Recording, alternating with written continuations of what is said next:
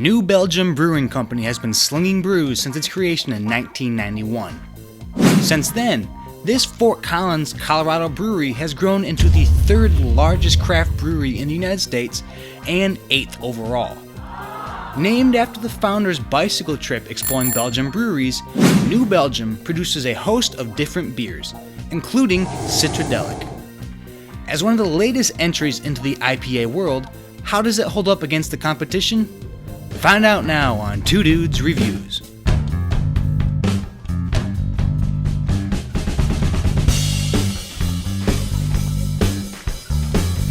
What up, guys? Today we've got the New Belgium Citradelic, and I'm just going to pop it right open. We'll just keep talking while I'm doing that. This is, New Belgium's been pretty much just exploding in popularity over the last couple of years. I mean, it has been around since the early 90s, but, I mean, when you're the 8th largest brewery in the United States, and that's including all of the macro breweries, that's pretty impressive. And, they're always trying out new stuff. And one of the newer ones is this tangerine infused based beer. But alright, now we got it poured. Let's check out the taste, or the smell.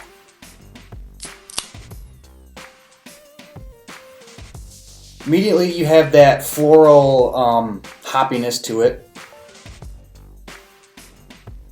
And you do have the citrus, it's kind of hoppiness covering a ball of citrus. It's they say tangerine. I guess you do kind of get that tangerine clementine aroma going on with it, but really it's just more a bouquet of citrus. I think it's more than just tangerine. And actually, when they brew it, it's orange peels infused with tangerine. So there's just, you get a host of different citrus aromas to it.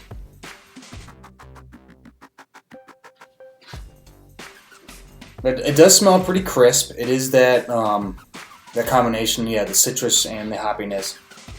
But it's not, the hoppiness isn't super pungent. It's not overpowering. It is 50 on the IBUs, which is for a pale ale is, that's not that high. And that's pretty much the aromas you're getting out of it. But I like it. I think citrus paired with bitterness makes for a nice combination. And for aroma, I'm going to recommend it. And now let's go into the taste.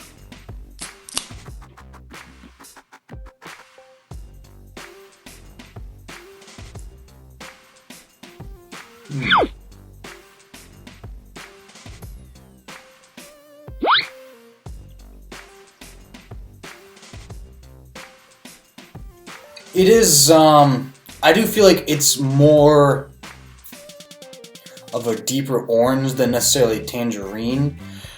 That's more what I'm getting. The citrus is not overpowering at all. It's actually more on the mild side, I'd say. I almost feel like they could go a little higher with the citrus.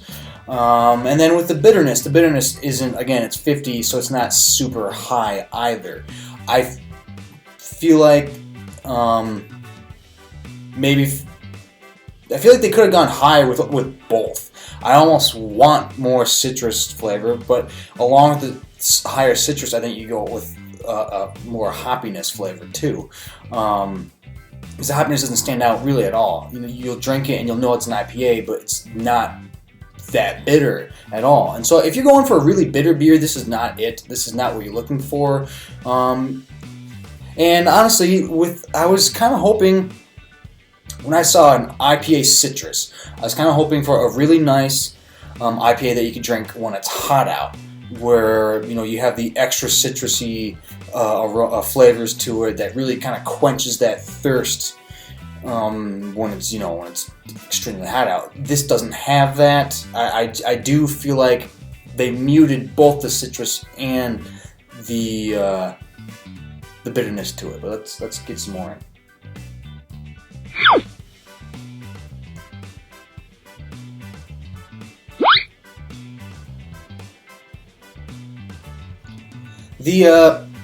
The head stays. I like the head doesn't go down with it. It's a nice frothy head. It's really nice. And the carbonation is still going up. Part of the whole the creaminess, though, not dissipating at all. I get, it's almost like, I don't want to say a sandiness to it, but I don't really know how else to put it. I mean, it's not gritty. It's not nothing like that. It does feel like there's almost like, I don't know, like it's not thick, but there's like a veil on it that you're drinking it.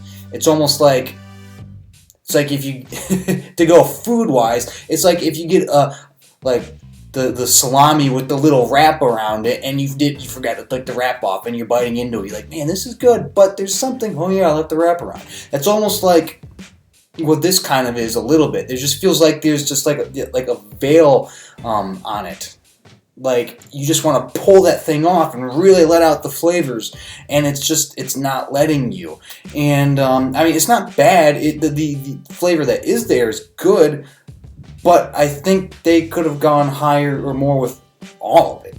Really, the whole thing feels muted, and while I was really hoping that it would kind of wow me, it's not.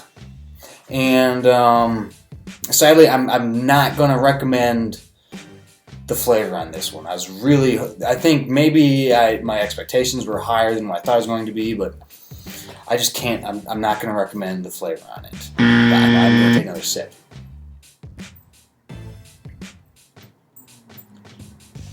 It's just, yeah, it just feels muted. Okay, so beyond that, it's value for price, and I mean, New Belgium, with its distribution, pretty much, I'm pretty sure, I mean, throughout most of the United States, if not all of it, as such a large microbrewery, you're going to be able to get it for cheaper than your local microbeers, and I mean, and so that's nice. You do. I mean, it's nice to get a micro beer for, you know, not breaking the bank. So that's one high point with the New Belgium. You know, they haven't. I don't think they've sold out. So that is, you know, that is favorable. So I'm gonna have to recommend it on for the no, you don't want it. I'm gonna have to recommend it for the value for price. I think the price tag was fine. I don't remember offhand exactly what I paid for it. I only got the single, but it wasn't terrible. And so yeah, value for price is fine. Now next is distinction. How distinct is it from other IPAs out there? I will give it, it's not just bitter. I don't like it when the IPA is just bitter and that's it, and that's all they try to do with it, because that's a very simplistic way to go around making your IPAs. It's more forgiving. You can make more mistakes if it's just bitter. And so I feel like a lot of less experienced breweries do the just the IPA, because if they screw up, the bitterness will mask it. So I do like it when places go with more layered flavors, and I generally like the citrus mixed with IPA. I think it's a nice combination. So with that end of it, it is different from other just bitter IPAs. So I like that. But there are other citrus IPAs out there. There are other citrus IPAs out there that do it much better. Whether you're looking for more citrus, more bitterness, just more notes of aroma, they both do it. There's other better ones. So since it's kind of yes on one, no on the other, I'm gonna give it a half, just because it's not bad, but it's not all the way distinct. Now, drinkability. Can I drink multiple ones of these? And honestly, yes, I can. It's not super bitter, so you can drink more of them. The citrus is all right, and it is something that I could crack open and have a couple. I'd probably, I don't know, hoping for more with every beer I crack in. But I could drink multiple of these. The taste is fine. The ingredients taste fine. It's, whatever. But yeah, I could definitely drink more of these. Now, finally, is would I buy it again? How does this stand up against other IPAs? Would I buy this over a different citrus IPA? And ultimately, I probably would not buy this one, simply because there's other citrus IPAs that I like better and I think are more pronounced and have a better palate for the flavors. So I'm going to say, even though the beer's fine for what it is, I wouldn't buy it again because there's others that I like better for probably close to the same price. And so yeah, that's the beer review. It got a 3.5 out of 6. It's all right.